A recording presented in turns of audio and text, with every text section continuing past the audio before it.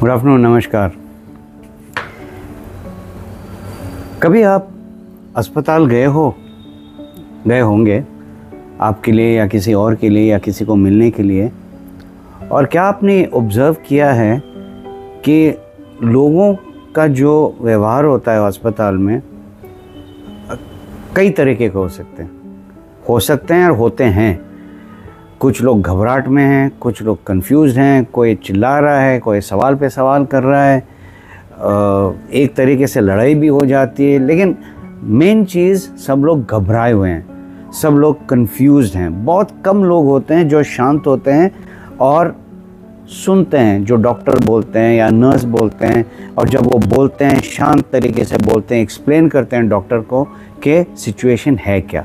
ऐसे बहुत कम होते हैं। 4 दिन पहले मैं अपनी एक्सपीरियंस बताता हूँ जो मेरे साथ हुआ है। मुझे बहुत बुरी तरह से एक्सक्रूशिएटिंग पेन मेरे राइट लेग में, बिल्कुल हिप से लेकर नीचे तक बहुत गंदी तरीके से पेन शुरू हुआ था सवेरे 3 बजे। ऐसा पेन मैंने कभी महसूस नहीं किया। ऐसा लग रहा था कि कम से कम 1000 वोल्ट इलेक्ट्रिसिटी जा रही है। और गन्ने का जूस का मशीन देखा होगा आपने, राइट, कि वो 2 ऐसे रोलर्स होते हैं और बीच में गन्ने को डालते हैं और उस तरह से जूस निकलता है। मुझे ऐसा लग रहा था कि कोई मेरा पैर उस गन्ने के जूस के मशीन में से डाल रहा है। इतना दर्द, मेरे ख्याल से आंखों में से आंसू भी नहीं आ रहे थे, लेकिन इतना दर्द था। लेकिन जब वो दर्द हो रहा था, मैं रो नहीं रहा था, चिल्ला नहीं रहा था। मेरा दिमाग एक चीज़ बार बार प्रोसेस कर रहा था कि मैं इसको किस तरीके से शांत करूं, ये दर्द को किस तरीके से थोड़ा सा शांत करूं। तो मैंने हीटिंग पैड लिया, हीट किया और फिर वो लगाया। जब वो लगाया तो थोड़ा सा सुकून मिला मुझे, लेकिन हीटिंग पैड ठंडा हो गया, दर्द दोबारा। फिर मैंने महसूस किया कि मैं चल नहीं पा रहा हूँ, कैसे करूँ। 3 बजे सवेरे जैसे तैसे मैंने हीटिंग पैड चलाया। मैं सोचा कि चलो दर्द कम हो जाएगा, क्योंकि पिछले रात में मैंने दवाई ली थी पेन किलर, क्योंकि मुझे लग रहा था कुछ हुआ है लोअर बैक में। तो 6 बज गए थे, दर्द इतना भयानक। मैं बोला नहीं भैया, अब अपने आप को हॉस्पिटल ले जाओ। गाड़ी नहीं चला सकता, मैं चल नहीं पाता हूँ, गाड़ी क्या चलाऊँगा। तो मैंने अपने फ्रेंड को फ़ोन किया।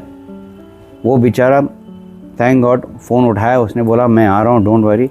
सो both of them came, husband wife came. मैं चल नहीं पा रहा था, मुझे लाठी लेनी पड़ी।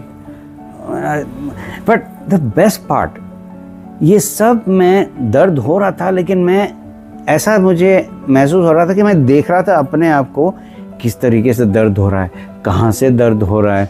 अगर दर्द हो रहा है तो चल कैसे रहा हूँ, लाठी है तो लाठी कैसे पकड़ रहा हूँ। मुझे ये सब दिखाई दे रही है, मुझे दर्द नहीं दिखाई दे रही है, महसूस नहीं हो रहा है मुझे इतना। गाड़ी में किस तरीके से बैठ रहा हूँ, फिर अस्पताल गया, व्हीलचेयर में किस तरीके से बैठ रहा हूँ। और व्हीलचेयर जो लाया बंदा, वो मुझे जानता था, क्योंकि वही हॉस्पिटल जहाँ पे मैं अपने माताश्री को ले जाता था। तो वो मुझे देखकर सलाम, साहब आप आ गए। मैं बोला हाँ मैं हूँ, अभी सर मुझे ले जा व्हीलचेयर पे। तो व्हीलचेयर में मूवीज़ में दिखाते हैं ना कॉमेडी, लेग प्लास्टर्ड है और लेके वो घूमता रहता है, कभी यहाँ टक्कर कभी वहाँ टक्कर। लकीली मेरे साथ ऐसा नहीं हुआ। सीधे इमरजेंसी में गए हम।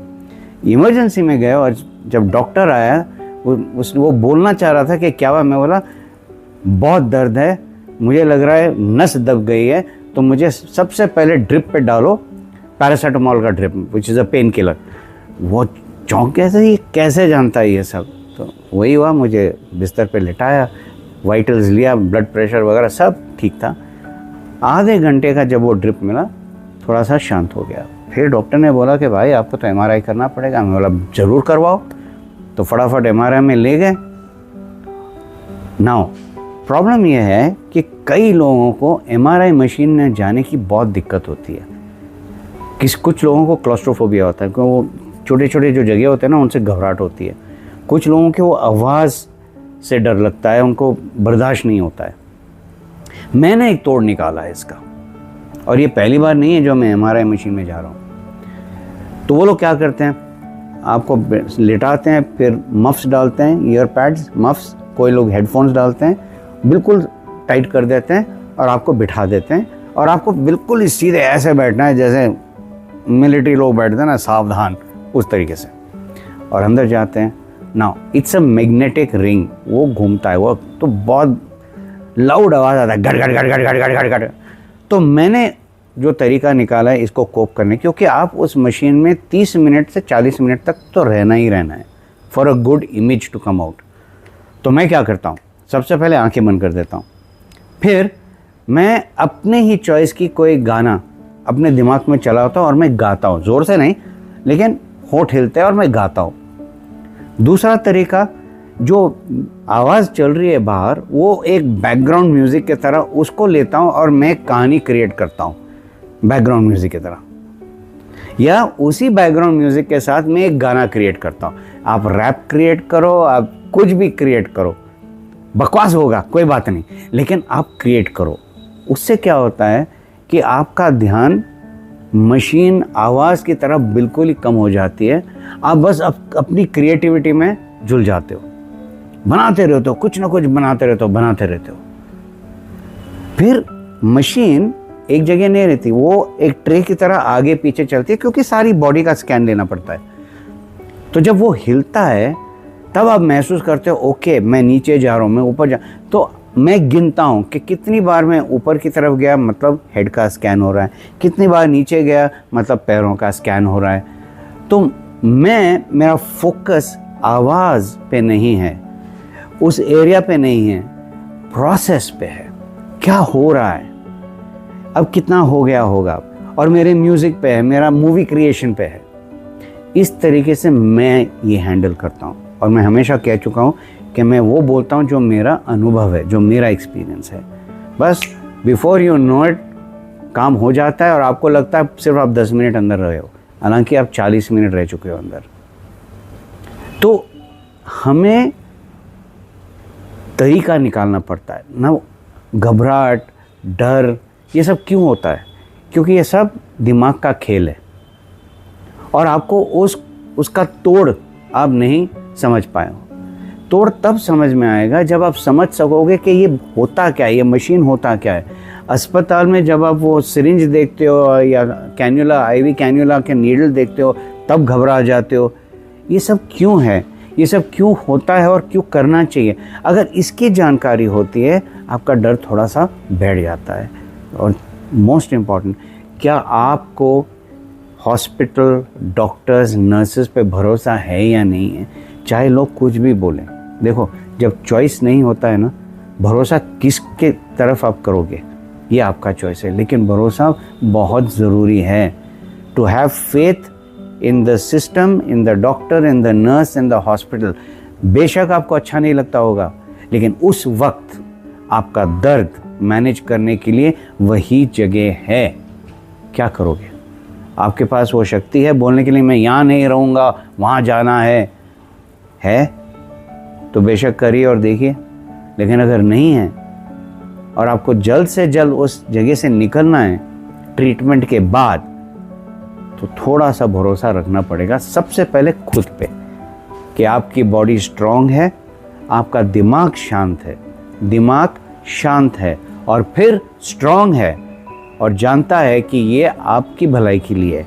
चाहे वो इंजेक्शन हो, चाहे वो सीटी स्कैन हो, चाहे वो एमआरआई हो, चाहे वो इंट्रावेनस इंजेक्शन हो, सब चीज़ आपके लिए है। तो सबसे पहले थैंक यू बोलो कि आप अस्पताल टाइम से पहुंच गए हो। थैंक यू बोलो उन लोगों को जो आपकी सहायता की, आपको ले आए हॉस्पिटल, और उन लोगों को जो अब आपको ट्रीटमेंट दे रहे हैं। ट्रस्ट मी, अगर आपका ख्याल ऐसा होता है ना, ये जो जर्नी है जो नहीं होना चाहिए लेकिन होता है, ये लाइफ का एक हिस्सा है। Hospital is a part of our life. हम कभी नहीं कहेंगे आप बीमार पड़ो, एक्सीडेंट में रहो, नहीं, नेवर नेवर, नहीं होना चाहिए, लेकिन होता है। That is the reality. हमें बीमारी होती है, हमें चोट पहुंचती है, फिजिकल नॉट इमोशनल। लेकिन उस फिजिकल पेन को आप इमोशनल बना दोगे तो प्रॉब्लम्स होंगी।